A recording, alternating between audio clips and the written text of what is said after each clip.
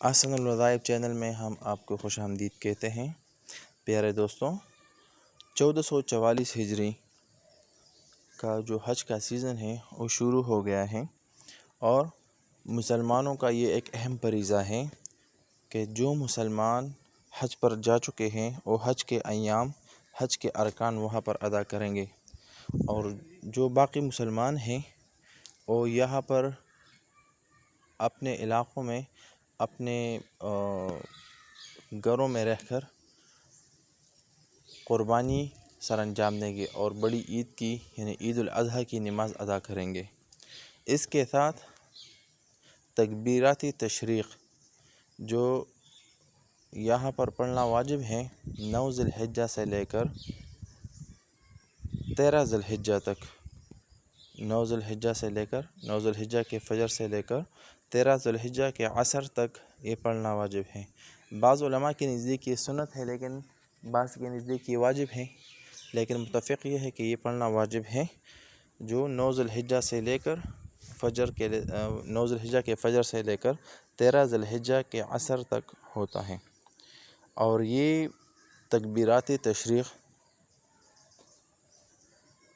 ہر مسلمان عاقل بالغ مرد و عورت، مقیم ہو یا مسافر، امام ہو یا مقتدی، ہر فرض نماز کے بعد ایک مرتبہ تکبیر تشریق پڑھنا یہ واجب ہے۔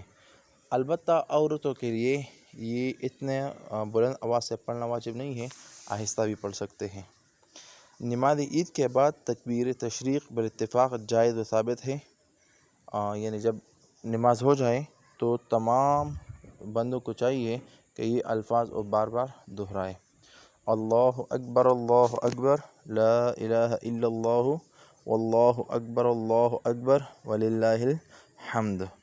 ان تکبیرات کو تکبیرات تشریق کہتے ہیں، اور اس کا نقشہ آپ کے ساتھ شیئر کیا جا رہا ہے کہ 9 ذی الحجہ کے فجر سے لے کر 13 ذی الحجہ کے عصر تک آپ ان کو پڑھ سکتے ہیں۔ تو مہربانی کر کے تمام دوستوں کے سے گزارش ہے کہ اپنے گھروں میں عورتوں کو، دوستوں کو اور خود بھی ان تکبیرات تشریق کا اہتمام کرے، کیونکہ ان کا بہت زیادہ ثواب ہے اور رب کی بڑائی کا بیان ہے اس میں۔ ان کے الفاظ یہ ہیں: اللہ اکبر لا الہ الا اللہ واللہ اکبر وللہ الحمد۔